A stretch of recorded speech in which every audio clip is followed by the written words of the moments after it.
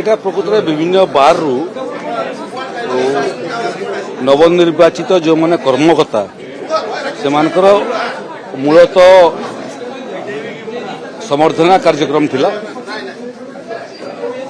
এ ভিতরে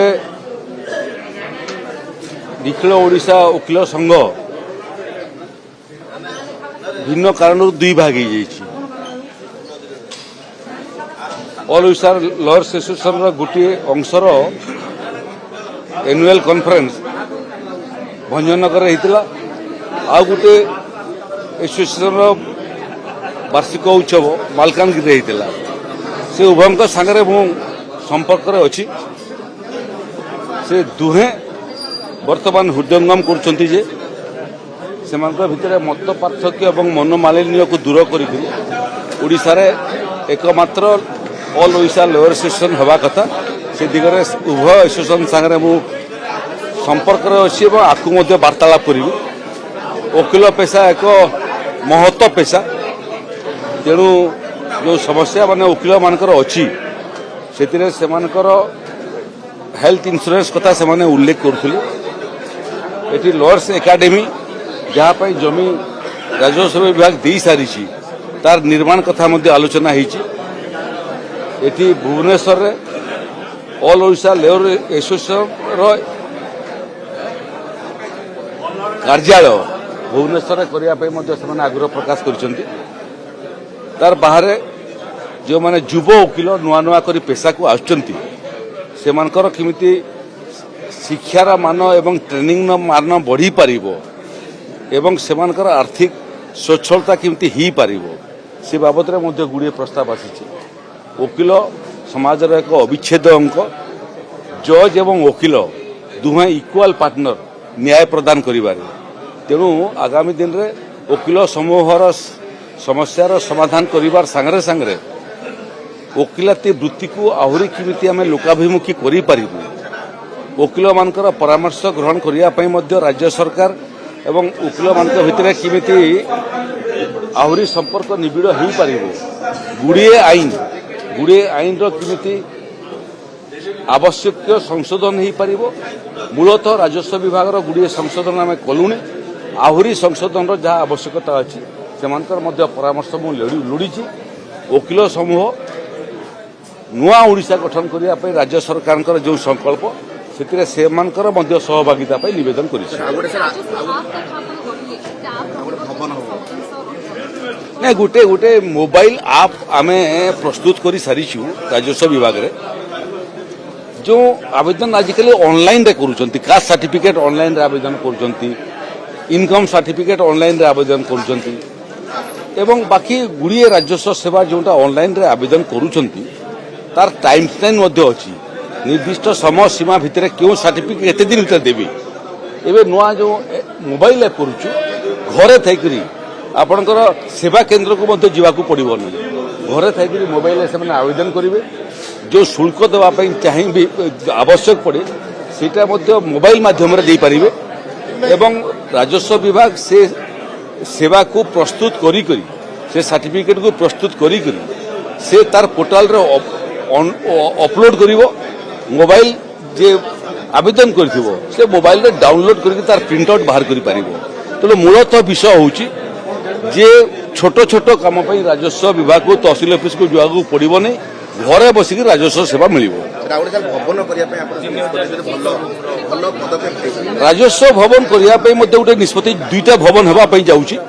ଗୋଟେ ହେବ ଭୁବନେଶ୍ୱରରେ ରାଜସ୍ୱ ଭବନ ହେବ ଏବଂ ରାଜସ୍ୱ କାର୍ଯ୍ୟରେ ନିୟୋଜିତ ଥିବା ସମସ୍ତ ଅଧିକାରୀ ରାଜସ୍ୱ ଭବନ ସାଙ୍ଗରେ 24 ଘଣ୍ଟା ଅନଲାଇନରେ ଯୋଡ଼ି ହେବେ।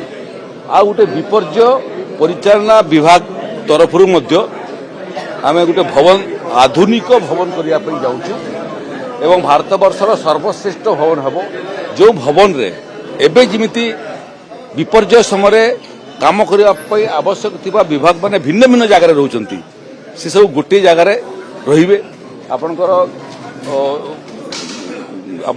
ରାଜସ୍ୱ ବିପର୍ଯ୍ୟୟ ପରିଚାଳନା ବିଭାଗ, ଓଡିଆର୍ଏଫ୍, ଏନ୍ଡିଆର୍ଏଫ୍, ତାର ସାଙ୍ଗରେ ସାଙ୍ଗରେ ଆପଣଙ୍କର ଅଗ୍ନିସେବା ଅଧିକାରୀ ମାନେ ଯେଉଁମାନେ କାମ କରନ୍ତି, ଯେଉଁ ଯେଉଁ ଡିପାର୍ଟମେଣ୍ଟ କାମ କରନ୍ତି गोटे जगार गोटे स्थान में विपर्य परिचालना भवन निर्माण कर भितर संपर्कटा निबिड़ हो पार एवं कंट्रोल रूम रे समस्ते रही पारे विपर्य समय एका सागर मिसिक विपर्य को सामना आम समाधान कर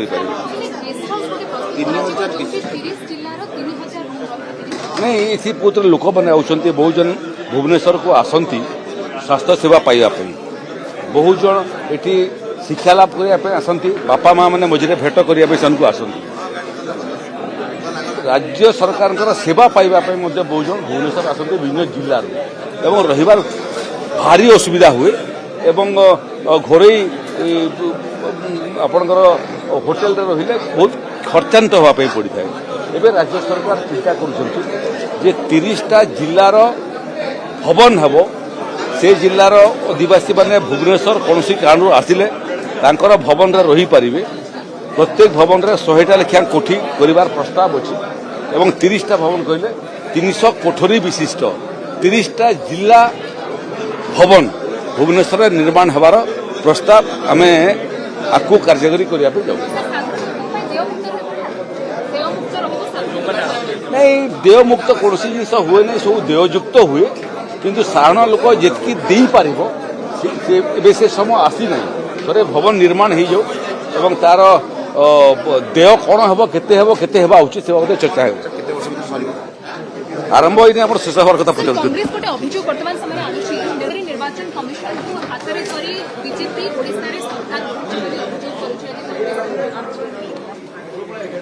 जी हारला समस्ते अभियोग करती तुम एजेंट मैंने कौन करुले अच्छा जो कांग्रेस ही जदि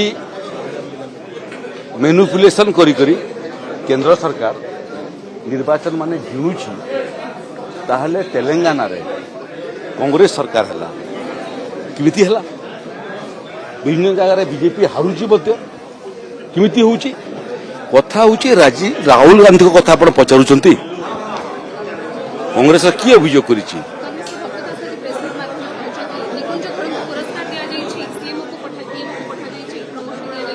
देखो गोटे कथा आप जानी था हारिबा लोकर 100टा बाहाना